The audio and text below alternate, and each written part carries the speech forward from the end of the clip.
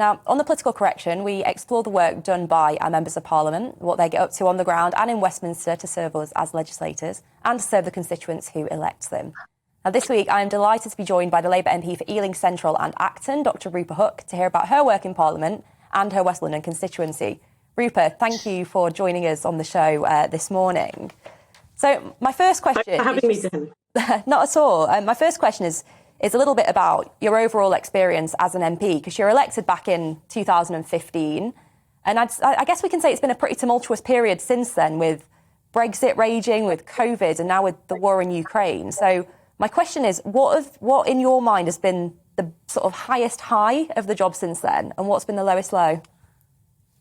Do you know, it has been a topsy-turvy time. And in reality, I would only be just ending my first term, I guess, or, just starting the second. I've had three, because we've had an election every other year, 3 times in that period, despite the Fixed Term Parliaments Act. So I think some of the individual highs are helping individual people, to be honest. So I think in my first year, I do a weekly, in fact, it's restarted again. For COVID, it stopped. And then for Omicron, it restarted in September last year, then it stopped for Omicron. So I do an advice surgery 2 hours every Friday. And I remember very early on, someone came in and they were a third-year PhD student from Syria. And because there was an asset freeze, that there were no money allowed to come in and out of Damascus, their third-year fees that they thought were paid by a scholarship to UCL, where they were doing their PhD here, hadn't come, and they were about to be chucked off their course and kicked out of the country. And everything they'd tried was drawing a blank. So I said to UCL, I'm going to raise this on the floor of the House. So it's an amazing honour and privilege, you know this, Dehenna, that you're able to do that. And they weren't listening to her, so I did this. And in business questions, in fact, and then very quickly, UCL relented. They said that they've waived the fees because she had other friends in other universities where they'd done this. So she was able to continue. She was saved from a war zone. So, I mean, that's my first early high, I remember. And there've been bits and pieces like that along the way. Lowest low, probably the 2019 election, when we went down to our lowest number of seats since 1935, although it brought you in, which is, on balance, nice to have more funky young people around. It looked really serious for the Labour Party, and it looked like we were on the brink of extinction for a minute. Yeah, I think it's really interesting. Everyone that we speak to for this segment, always, whenever we ask what the highs are, it's always one of those personal stories and about how you've been able to help an individual. And I think that says so much about the way in which we do this job, doesn't it? I mean, people think it's about the theatricality and what you kind of see in PMQs and in the chamber, but actually, so much of the job isn't like that at all, is it? Yeah, big time. I mean, the one I did on Friday, I had a sixth form student helping out, and she said, I had no idea you guys do this. It's very humbling to see. And again, we had a wide range of cases. There was someone who'd got out of Ukraine. I'm thinking of raising this one in the House. But they haven't finished their medical degree, so they want to transfer credits, and they were 90% there. Mm-hmm. There was an Afghanistan case, all sorts, the usual housing repairs. People show you horrendous pictures of their ceiling falling in on their phone or whatever. A lot of it is seriously unglam. People just know PMQs, which is 40 minutes on a Wednesday. That's a tiny chunk of our lives. I mean, I'm off canvassing at 11 in a second. So it's a 7 days a week full-on job, and people just don't know the whole extent of it. They just think lazy fat cats, pay rises, blah, blah, blah. It's not like that.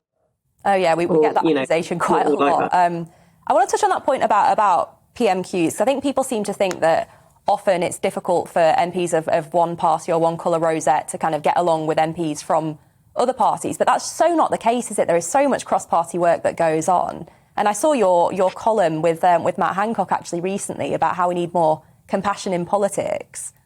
It was fantastic. And just talk to us about cross-party working, about how important it is. Yeah, I mean, actually, the Matt Hancock column came out of, I did the closing eulogy in the David Amos tributes.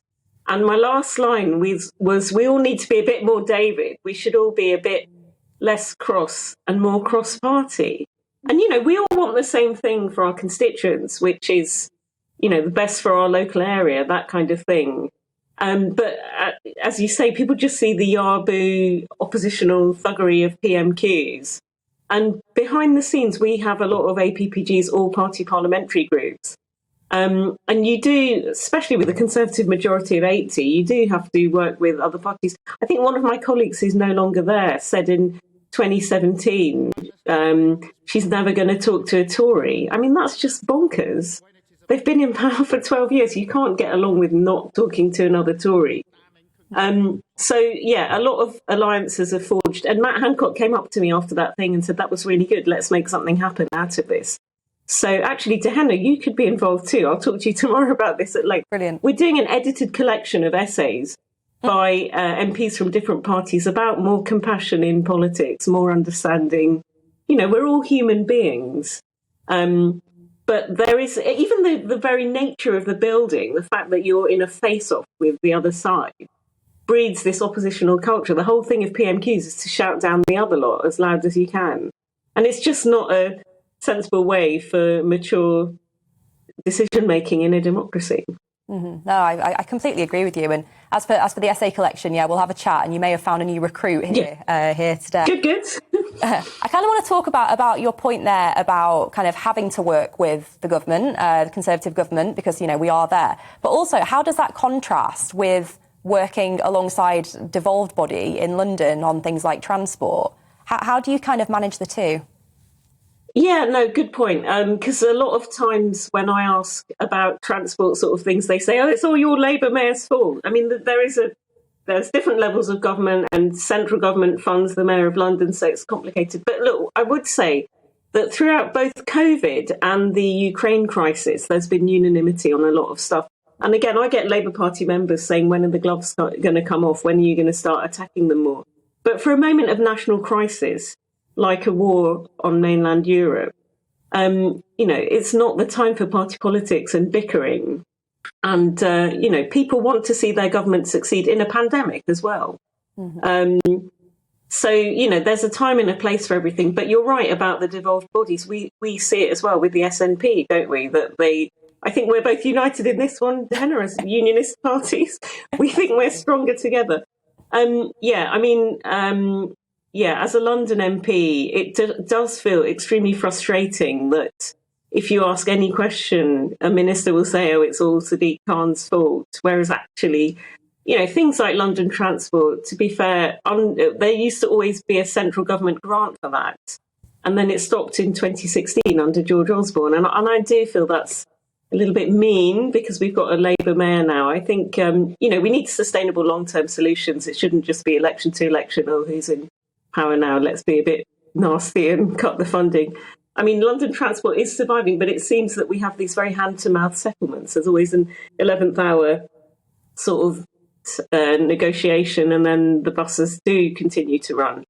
But I mean, again, their fares have been down massively. They're very fare reliant because they don't have a huge central government grant. And with COVID, people haven't been travelling. So, yeah, it's complicated, as Facebook would say. Absolutely.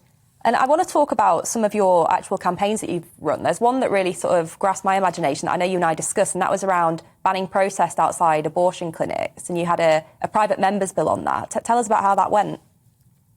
Yeah, actually, that's another proud moment as well, because we had a massive majority. I think you were on side as well, Dehenna. Most people were. I think only 30 people. We do have 650 MPs voted against it.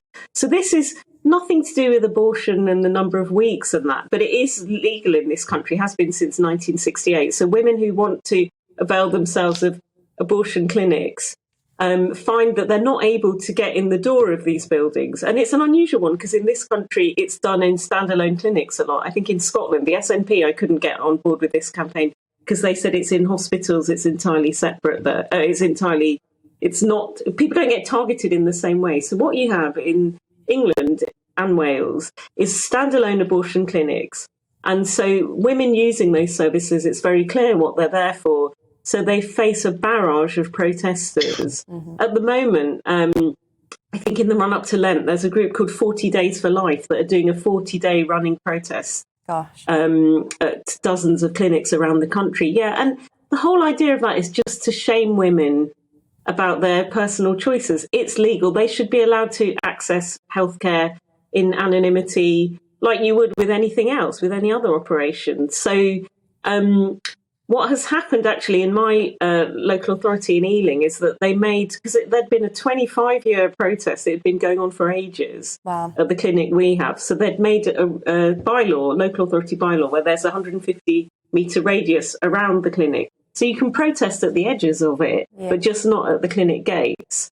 And again, there's more appropriate places to do this protest, maybe at the House of Commons or at the council chamber or wherever, because it's legislators who can change this, but not the women who may have had to have it for all sorts of reasons. They could have been raped or had fatal fetal abnormality or all sorts of horrible stuff. But this sort of judgment, this judgy thing with the anti-abortion campaign is, just really intimidating. And every woman should be able to use public spaces free from harassment and intimidation. So actually, Priti Patel was pretty keen on this, and I'm due a meeting with her to discuss it further. And again, that's one I worked with Bernard Jenkin on.